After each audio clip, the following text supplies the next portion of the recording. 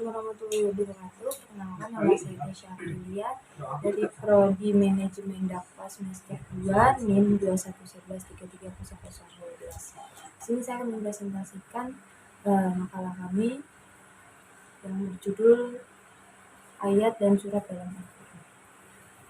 Al-Quran dengan judul pembahasan itu adalah ayat dan surat dalam Al-Quran.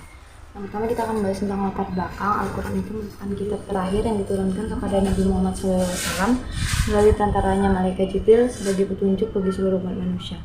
Dan Al-Quran itu selalu berupaya mengeluarkan dan membebaskan manusia dari kehidupan yang sesat kepada kehidupan yang penuh dengan cahaya kebenaran, sehingga bisa kita rasakan rahmat dan berkah dari kehadiran Al-Quran tersebut.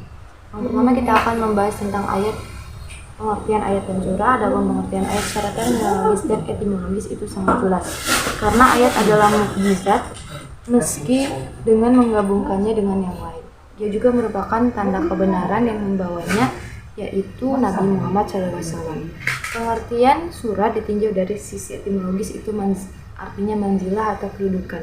Secara terminologis, surat itu adalah sekelompok ayat Al-Quran yang berdiri sendiri, memiliki awal dan akhir. Dan dalam Kamus Besar Bahasa Indonesia, surat adalah bagian atau bab dalam Al-Quran seperti surat Al-Ikhlas dan Al-Fatihah. Sedangkan jumlah ayat dalam Al-Quran ada beberapa pendapat dari ulama sepakat pada angka 6.200, tapi berbeda pendapat pada angka puluhan dan satuan setelah 200 itu. Abu Amru Adami dalam bukunya Al-Bayan mengutip perbedaan perhitungan tersebut sebagai berikut.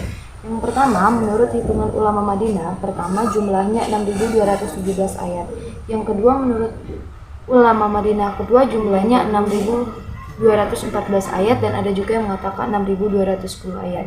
Dan menurut ulama Makkah jumlahnya 6.219 ayat. Ada juga yang berpendapat 6.220 ayat, dan ada juga yang menyatakan 6.216 ayat. Dan ketiga, menurut ulama Kufah jumlahnya ada 6.236 ayat.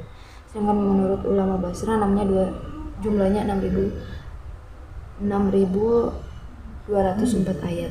Dari beragam hasil hitungan di atas, tidak ada satupun yang menyebutkan jumlah ayat hikmah dari penulisan Al-Quran dalam bentuk kumpulan surat. Yang pertama sebagai bentuk mukjizat, 2 memberikan kemudahan, 3 menumbuhkan rasa semangat dalam membaca, 4 itu mengklasifikasikan dalam beberapa subbab bahasan.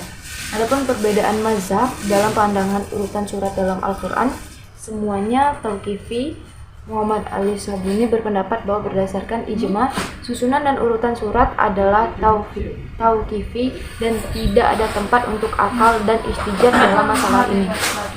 Semuanya istijad. Pendapat ini dinisbatkan pada jumhur ulama, diantaranya Imam Malik. Sekian presentasi dari saya. Terima kasih. Wassalamualaikum warahmatullahi wabarakatuh.